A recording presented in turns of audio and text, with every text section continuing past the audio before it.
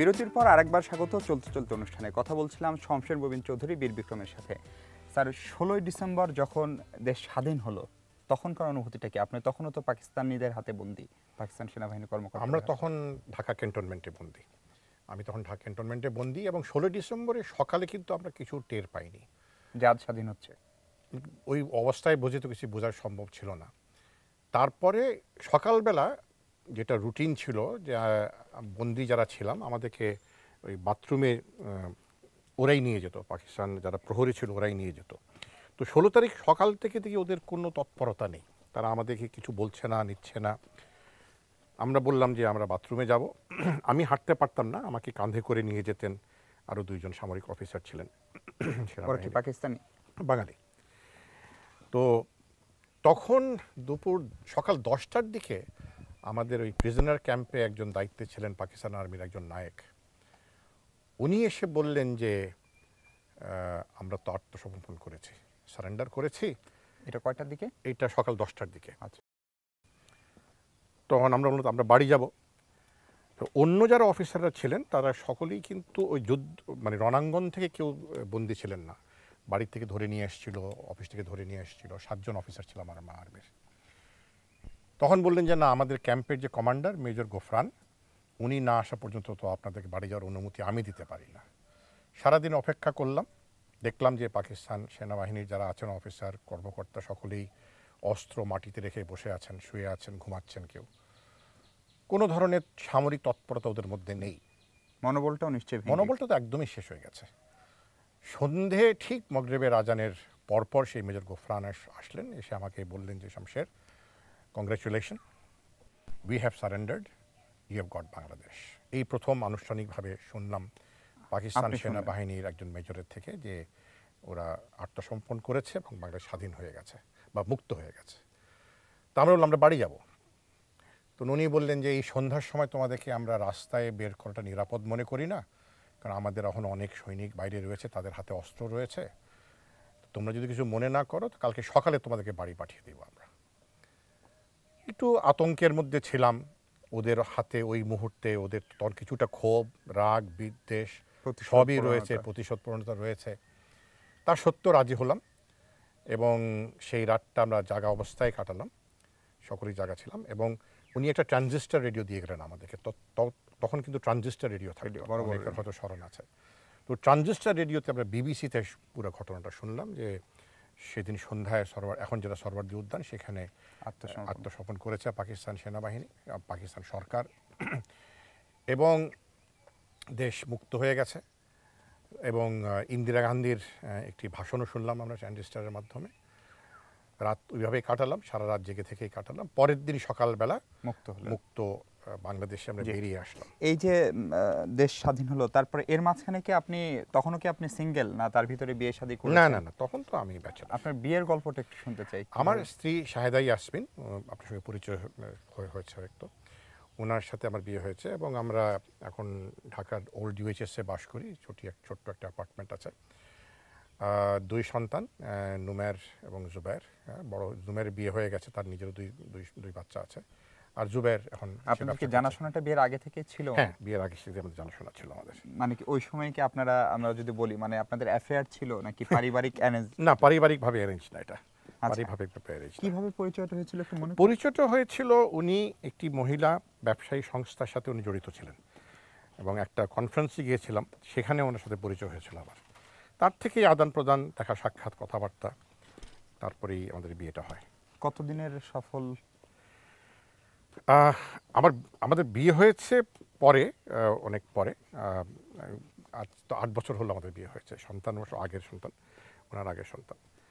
তো এইভাবেই আমরা এখন জীবনযাপন করি। আমি যখন ওয়াশিংটনে রাষ্ট্রদূত ছিলাম তখনই ওখানেই আমাদের বিয়েটি অনুষ্ঠিত হয়। আমরা যতটুকু জানি যে ম্যাডাম খুব ভালো রান্না করেন এবং উনি অনেক আন্তর্জাতিক মানের ট্রেনিং করেছেন মার্কিন যুক্তরাষ্ট্রে এবং উনি সার্টিফাইড শেফ। জি। ওনার এই রান্নাবান্নার গল্প যদি একটু বলেন, এবং এই রান্নাবান্নায় কি তার প্রেমে পড়তে আপনাকে আকৃষ্ট করেছিল? না না, সেটা রান্নাবান্নার কথা আমি পরে জানতে পেরেছি। তবে উনি কি বলবো, মানে রান্নাটা ওনার একটা প্যাশন। ছোটোবেলা থেকে নাকি উনি ওনার দাদির হাতে অনেক রান্না শিখেছেন, দেশীয় রান্না। সেটাকে উনি পরে কাজে লাগিয়েছেন। এবং আমরা যখন আমেরিকায় ছিলাম, আমি যখন রাষ্ট্রদূত ছিলাম, তখন নিউ ইয়র্কে উনি 2টি এশিয়ার কুজিনের উপরে 2টি ডিপ্লোমা কোর্স করেন। তার পরবর্তীতে ব্যাংককে গিয়ে উনি প্রায় আরও 4টা কোর্স শেষ সম্পন্ন করেন। এখন উনি পেশা হিসাবে না, শখ হিসাবে উনি রান্না করেন, এবং তবে ওনার একটা রান্নার স্কুলও রয়েছে। আচ্ছা, বাসা থেকে সেই রান্নার স্কুলটা জুয়েলস কিচেন নামে, সেটা ঢাকাতেই রয়েছে এটা। এবং সেখানে অনেক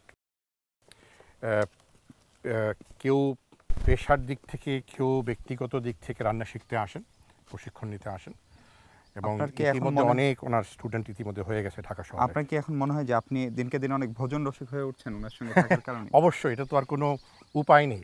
নতুন নতুন ধরনের রান্নার এক্সপেরিমেন্ট হচ্ছে, বিশেষ করে থাই কুজিন হচ্ছে, দেশি কুজিন হচ্ছে, বা থাইর সাথে ফরাসি রান্নার একটা ফিউশন হচ্ছে, মিক্সড হচ্ছে। তো সেই এক্সপেরিমেন্টগুলো আমার উপর দিয়েই চলে আর কি। কখনো কি এরকম হয় যে কোনো একটা এক্সপেরিমেন্ট হলো, জিনিসটা হয়তো ভালো না, কিন্তু উনি এত আয়োজন করে এত কষ্ট করে করছেন, তারপরে ভালো বলতে হচ্ছে, এরকম বাধ্যবাধকতার কোনো?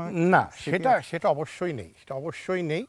কারণ কিছুটা আমরা রান্না ধরেন আগে আলাপ করে নিই। উনি বলবেন যে আমি আজকে এটা চেষ্টা করব, তুমি দেখো। বা ছেলেরা আসে, ছেলেদেরকেও বলা হয়, নাতিনদেরকেও আসতে বলা হয়, ওদের উপর দিয়েও পরীক্ষাটা চলে।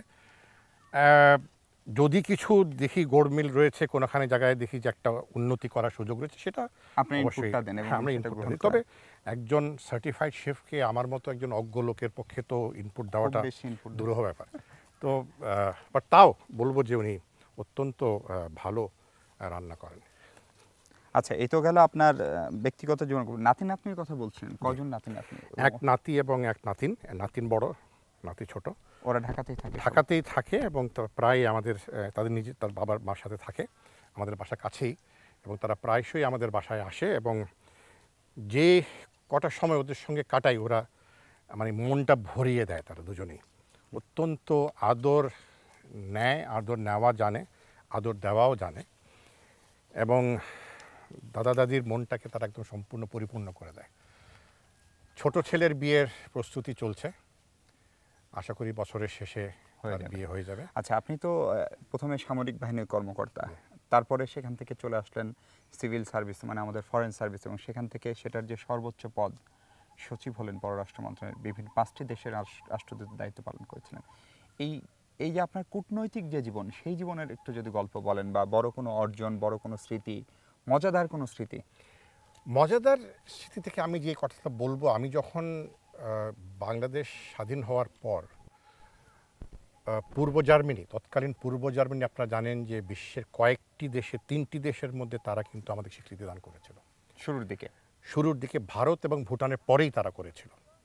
তো পূর্ব জার্মান সরকার আহত মুক্তিযোদ্ধাদেরকে চিকিৎসা দেওয়ার জন্য তারা পূর্ব জার্মানিতে তাদের খরচেই আমাদেরকে চিকিৎসা তারা দিয়েছিল। আমরা 25 জন প্রথম ব্যাচে আমরা গিয়েছিলাম। তো সেই পূর্ব জার্মানির রাজধানী বার্লিন, ইস্ট বার্লিন থাকাকালীন পূর্ব জার্মানি সরকারের যে পররাষ্ট্রমন্ত্রী অটো উইন্ডসার, খুব খ্যাতনামা উনি একজন মন্ত্রী ছিলেন, ওনার সঙ্গে দেখা যখন করতে গেলাম, উনি আমাকে বললেন যে তুমি আহত হয়ে গেছো, পঙ্গু হয়ে গেছো, সামরিক বাহিনী চাকরি না করে কূটনৈতিক চাকরিতে তুমি যাও না কেন? আমি বললাম যে এটা তো আমি আগে ভাবিনি, সামরিক বাহিনীতে আমি যোগদান করেছিলাম একজন সৈনিক হওয়ার জন্য। বললেন না, দেখো, তোমার কিন্তু শুধু হাঁটাটাই তোমার দেশের ইতিহাসের কথা বলে দিবে। জি, অত্যন্ত কথাটা আমার মনে লেগেছিল, যে আসলেই খুব একটা চিন্তাশীল উনি কথা দিয়েছিলেন। তো আমি সেইভাবে পরে আর এটাকে তেমন জোর দিইনি। পরে বাংলাদেশে আসার পরে 1974 সালে আমি তৎকালীন সেনাপ্রধান major general K M Shafiullah এবং উপপ্রধান ছিলেন মেজর জেনারেল জিয়াউর রহমান বীরুত্তম, ওনাদের সঙ্গে আলাপ করি। ওনারা বলেন ঠিক আছে, তুমি একটা দরখাস্ত দাও, আমরা এটা দেখি।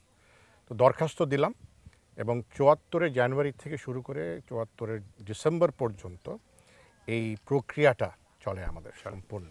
এই পাবলিক সার্ভিস কমিশনে ইন্টারভিউ দেওয়া, পরীক্ষা দেওয়া, তারপরে আমার ধরেন একটা সংস্থা থেকে সরকারি সংস্থা আরেক সংস্থায় যাব, সেইটার প্রক্রিয়াটা কি হবে, সেগুলো কিভাবে, সেটা সব পাবলিক সার্ভিস কমিশন। আপনার এই কূটনৈতিক জীবনের গল্প শুনবো, আমাদেরকে একটা বিরতি নিতে হচ্ছে।